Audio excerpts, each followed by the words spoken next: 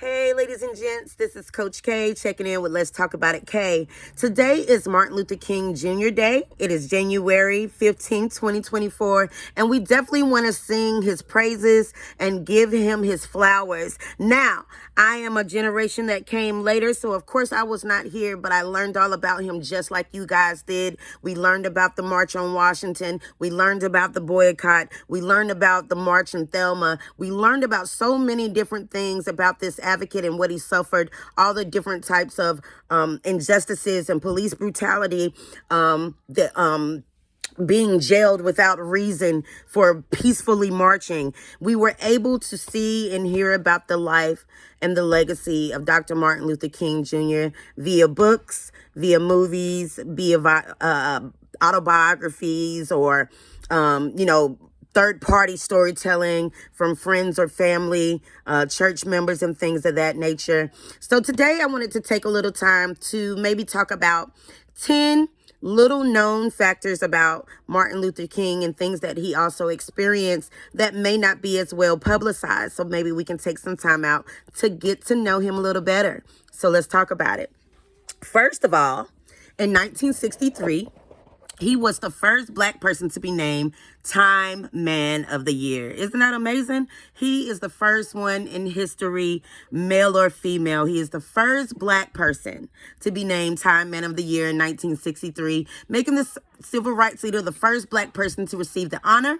And based on the words of Time magazine, few can explain the extraordinary King mystique. Yet he has an indescribable capacity for empathy that is the touchstone of leadership. By deed and by preachment, he has stirred in his people a Christian forbearance that nourishes hope and smothers injustice. King later said that being named Time Man of the Year, now Person of the Year, was a tribute to the entire civil rights movement and commended the magazine for promptly featuring a Black person on its cover. So with that being said, I would also like to commend Time magazine for in a time and in a phase in this country where being Black was one of the worst things people could be. No one wanted to really support us on high levels. We appreciate you for sponsoring and for also showcasing the wonderful legacy of Dr. Martin Luther King. And on this time of year, I'm glad that we can look back at those moments and be able to honor him as the first Black person in history to have graced the cover of that magazine at such a time where we really needed people to know our story. Now, next, Martin Luther King improvised part of the I Have a Dream speech. A lot of you probably don't know that. The resounding I Have a Dream speech that Martin Luther King Jr. delivered at the March on Washington in 1963 almost didn't include those powerful words of I Have a Dream. His advisors thought he had overused that theme in his other speeches, prompting him to draft a different speech to address the title, Normalcy, Never Again. I don't think it has the same ring to it. I don't think it would have left the same effect. But as King addressed the crowd of nearly 250,000 in Washington, gospel singer Mahalia Jackson, a very powerful Black figure, called out to him, "Tell him about the dream, Martin." And that's what he did. He understood the assignment. He paused, and then he decided to leave his prepared notes behind to improvise the entire next section of his speech, which famously begins, "So even though we face the difficulties of today and tomorrow, I still have a dream. It is a dream deeply rooted in the American dream. I have a dream that one day this nation will rise up and live out the true meaning of its creed. We hold these truths to be self-evident, and that all men are created equal." So hold on to those words, folks. Hold on to those hopes. Let's hold on to those movements, those grassroots programs and things that keep on moving us forth in equality and justice for ourselves and for others. Because Martin had a dream. And we can help him make it come true. Next fact. An assassination attempt affirmed his faith in nonviolence. A decade before his death, King narrowly escaped an assassination attempt while signing copies of his memoir about the year-long Montgomery bus boycott called Stride Toward Freedom in Harlem. Izola Ware Curry, a 42-year-old black woman, approached him and thrust a 7-inch, ivory-handled steel letter opener into his chest with such force that it snapped the handle. "I've been after him for 6 years. I'm glad I done it," she reportedly shouted. Isn't that crazy? A black woman at that. Tried to stab and kill Martin Luther King. The blade stopped just before hitting his heart. And it was beside his heart. And doctors later told him that if he had so much as sneezed, he would not have survived. So let's definitely give thanks. After the incident, King said that he bore no animus, no type of anger towards the woman and did not want to press charges towards her either, reiterating his commitment to nonviolence. Curry was committed to the mental hospital and actually died in 2015. Wow. King, next fact, is the only non-president whose birthday is a national holiday. Didn't actually realize that, but that is awesome. The push for the federal holiday in honor of King began just 4 days after his assassination on April 4th, 1968. But despite the national significance of King's death, legislation to establish a holiday in his honor faced years of stagnation because, of course, they didn't want to make a martyr of this black man. We know. For 15 years, Representative John Conyers, he's a Democrat from Michigan, with the help of Representative Shirley A. Chisholm, we know who that black woman is, a Democrat from New York, tried to pass legislation that would designate a national holiday in observance of King's birthday. The bill finally came to a vote in the House in 1979, but it was rejected by 5 votes despite the backing of the President Jimmy Carter at the time. Congressman Gene Taylor, a Republican from Montana, led the opposition, citing the added cost of a federal holiday. I'm confused about what that even means. "I do not believe our present economic situation will allow us the luxury of another $212 million federal holiday." I'm trying to figure out who's spending that money, because I know on holidays, the consumers and the people are the ones that generally go out and spend the money. So I don't know how he's even talking like this is really a problem for the government. Like, stop the games. Public support for the bill began to grow after Motown singer and songwriter Stevie Wonder released a song called Happy Birthday, a tribute to Martin Luther King, that added momentum to the campaign to designate his birthday as a federal holiday. Legislation was signed into law in 1983. Yeah, I was born. 15 years after his death by President Ronald Reagan. That's an amazing story within itself. Moving on to the next fun fact. It wasn't until the year 2000, just to add in on that last note about the holiday, that Martin Luther King Day was officially observed in all 50 states for the first time. So actually just over the past 24 years now, has his birthday actually been observed by the entire 50 states of the United States. Now that is a surprising fact. I did not know that. Next fact.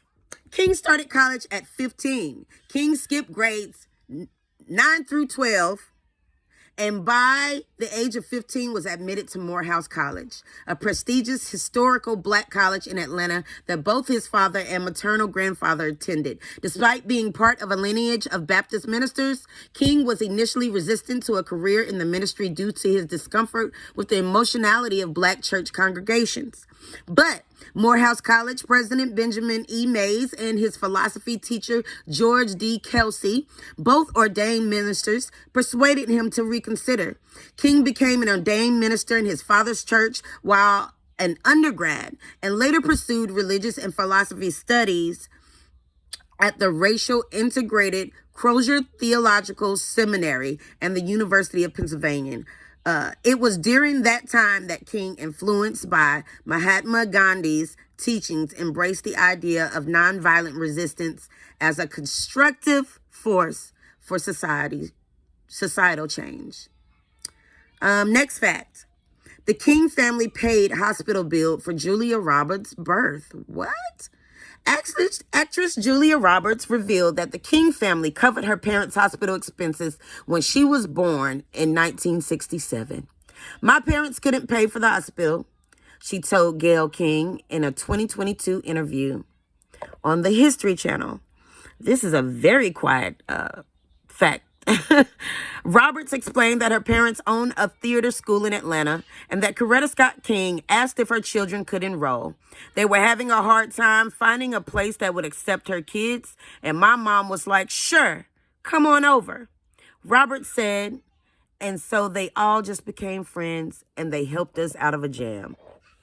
Wow, amazing. So the Martin Luther King family actually paid the hospital bills for Julia Roberts' birth. Next fact. King was arrested 30 times. Talk about going down that hall. Going up that long creek. He has taken that walk several times down the Green Mile, folks. Like many civil rights activists of the time, King faced numerous arrests, often on trumped-up charges, of course, as we all know, as a part of the deliberate strategy by the police to harass and intimidate. According to the King Center, he was arrested a total of 30 times, mostly for acts of civil disobedience, such as the Atlanta department store sitting and demonstrating without a permit. Others stem from unfounded allegations, including his arrest in Montgomery, Alabama, for driving 30 miles per hour in a 25-mile-per-hour zone. You know, they still mess with you for them little fives. But Martin definitely deserves every bit of our honor and respect, and this reflection that he gets on this day. He put in the work. He left a legacy. And he did things that we'll be talking about continuously for another 50 to 100 years. His family believed James Earl Ray was framed for his assassination. Another quietly kept fact about Martin Luther King. Although the federal government has consistently said that James Earl Ray was the assassin responsible for King's death, there's a lingering belief within his family that Ray is innocent and was framed to shoulder the blame. The King family filed a civil suit against the U.S. government in 1999 to force more information about the assassination into the public eye, and a Memphis jury ruled that King's death was the result of a conspiracy. So, they won. It was ruled a conspiracy, and that he did not die at the hands of a long gone man. He did not die from the gunshot. The jury reached a verdict that James Earl Ray was not the shooter, but was framed to take the blame, with local, state, and federal governments liable for King's death. So he did not die from the shot of a lone gunman. And the jury reached a verdict that James Earl Ray was not the shooter, but was framed to take the blame, with local, state, and federal governments liable for King's death. So you're telling me that it has been proven that the federal government, local and state, had something to do with the death of Dr. Martin Luther King. And in 2024, nobody's talking about it. That's amazing to me. And this is a civil suit that was in 1999, and we're in 2024. 2024, y'all. So justice hasn't been served. There is an abundance of evidence, said Coretta King said after the verdict, because she was still alive at that time, of a major high-level conspiracy and assassination of my husband. The jury found the mafia and various government agencies were deeply involved in the assassination. Mr. Ray was set up to take the blame. The King family was awarded damages of $100,000, which they chose to donate to charity. The family said they sought, of $100. I read that correctly. I thought I was tripping. of $100, which they chose to donate to charity. The family said they sought the small amount because their motive was to pursue the truth rather than make money. My God. My God. Let's talk about it. Such a powerful man gets assassinated by the hands of the government that we live under. It's proven in a court of law. And we have not heard one word about it. Justice has not been served because they found an innocent man guilty. Trying to keep myself composed because that just bothered me deep in my spirit. Because here we are, celebrating this holiday in his name. And justice has yet to be served for him, for his family, children, grandchildren, all those involved. Not to include that they also assassinated his father and they also assassinated his mother. When are we tired, folks? When are we tired? When are we tired of being lied to? When are we tired? When are we tired of being manipulated? Huh? When are we tired? When will what happens to others matter to us all? I love my sons. I love my brothers. I love black men. I love my ancestors. And when one hurts, I feel it for all. Me and you are not the same. Whew, I had to take a moment to get that together because it truly bothers me that they keep taking away the people that matter to us most. And here we are, still trying to figure out how to get by, how to unify, how to make it right, how to get justice, how to protect freedom. And we find out that they have been lying to us for so long about so many things. When are we tired? When is enough enough? I just needed to know. I'm going to finish up these facts, though, about Dr. Martin Luther King, but I just needed to take a moment for grief and mourning on behalf of him and his family. I'm mad. That just really made me mad just now. Okay, so on the more positive things about the doctor, the great Reverend. He was the youngest person to be awarded the Nobel Prize, Nobel Peace Prize in 1964 at the age of 35. He became the youngest person to be awarded the Nobel Peace Prize. He is recognized for his commitment to nonviolent resistance against racial oppression.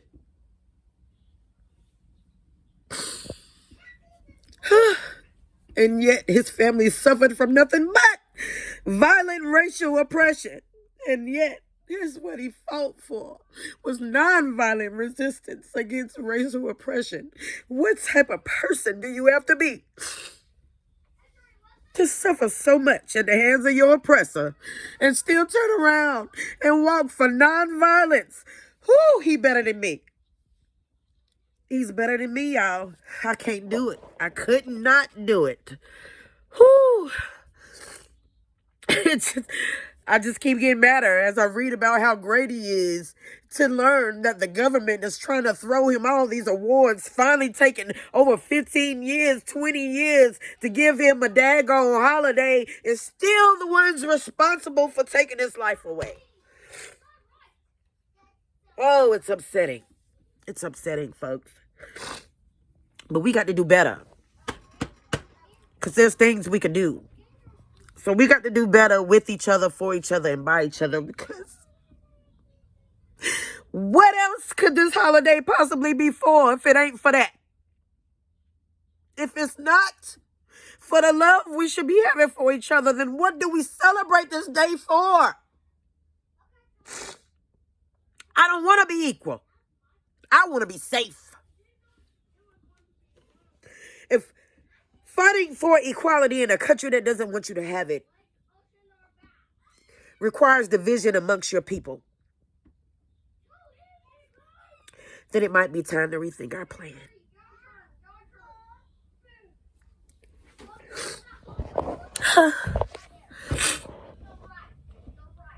So, the accolade followed a remarkable year, which he spearheaded the March on Washington, delivering his iconic I Have a Dream speech, played a role in ratifying the 24th Amendment that abolished the poll tax, yippee, and contributed to the creation of the Civil Rights Act of 1964, which prohibited racial discrimination in employment and in education.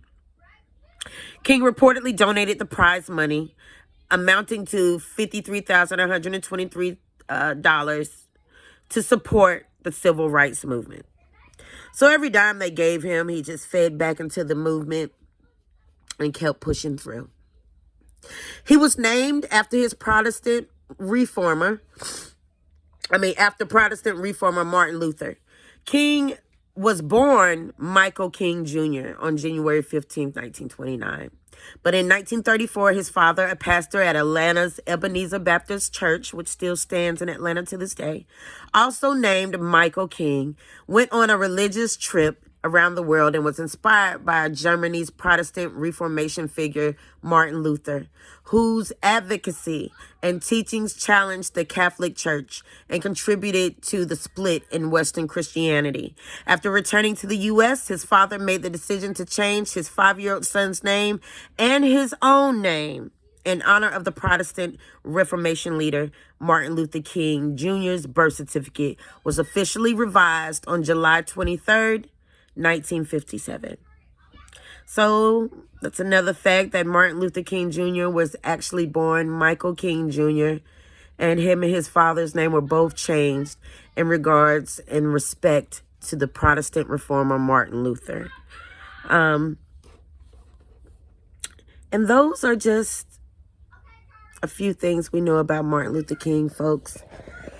And it was an emotional roller coaster for me. You know, call me a big baby. But I love my people.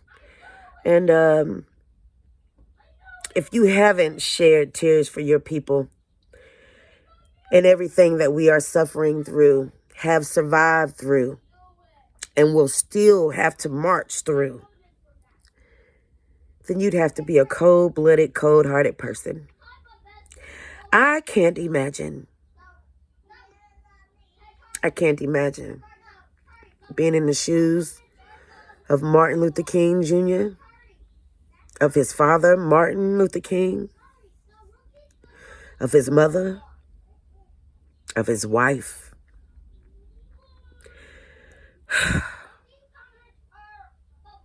So on this day, let's just keep in mind the love that we should have for each other, the importance of unity and community.